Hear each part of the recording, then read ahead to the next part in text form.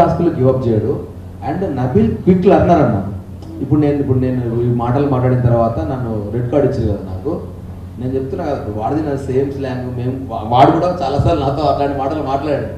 నేను చెప్తున్నా హౌస్ అయిపోయేదాకా వాడు మాటలు మాట్లాడాడు. ఎందుకంటే మైండ్లో పెట్టుకున్నా అంటే వాడు అస్సలు ఏదైనా నెగిటివ్ అవుతుంది ఒకరికి అని అంటే అది పెట్టుకొని ఆడతాడు. అది ఆబ్వియస్లీ వెరీ కాన్షియస్ ఉంటాడు. అది ఖచ్చితంగా ఒక గేమర్కి ఉండాలి. వాడికి ఉన్నది, వాడు ఉంటాడు. లేదు, అంత అగ్రెసివ్ కాదు నబీల్. నబీల్ ఎక్కడ కావాలో అక్కడ అవుతాడు. Nabeel is very calm composed, చాలా కామ్ కంపోజ్డ్. అస్సలు కాదు. నబీల్ చాలా హర్ట్ చాలా మంచిగా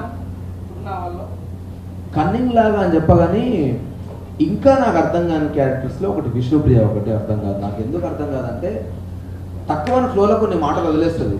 ఆ తర్వాత ఎందుకో రియలైజ్ అయ్యి మళ్ళీ ఆ మాటకు సారీ చెప్తుంది. అట్లా నన్ను ఒక మాట అన్నది, నబీల్ని ఒక మాట అన్నది గేమ్ ఆడుతున్నప్పుడు. అంటే తక్కువ నువ్వు ఒకరిని అసాసినేట్ చేయకూడదు, రాంగ్ వర్డింగ్స్ యూజ్ చేసి.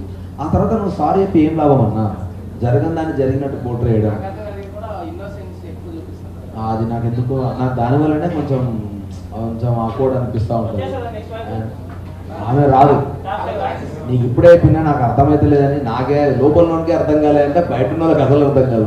సో డెఫినెట్గా తను రాదు. నిఖిల్ నేను విన్న ఆట వేరే, నిఖిల్ నేను చూస్తున్న ఆట వేరే. వాడు చాలా ఎమోషనల్ అయిపోయాడు. నాకు అందుకే అర్థం. నేను వచ్చే 2 రోజులు నిఖిల్ నాకు సోనియా మీదే డిస్కషన్. ఒకటే ఏంటంటే అరే ఆమె అడిగిన అన్నీ చేయాలనుకుంటుందిరా అని వాడు అంటాడు. నేను నీకేమైందిరా, నువ్వెందుకు చేస్తున్నావు? నువ్వు ఒక స్ట్రాంగ్ ప్లేయర్, నువ్వు అంతా ఫైట్ చేసినావు, నీకు ఏమైంది అంటే ఏమోరా నాకు అర్థమవుతలేదు.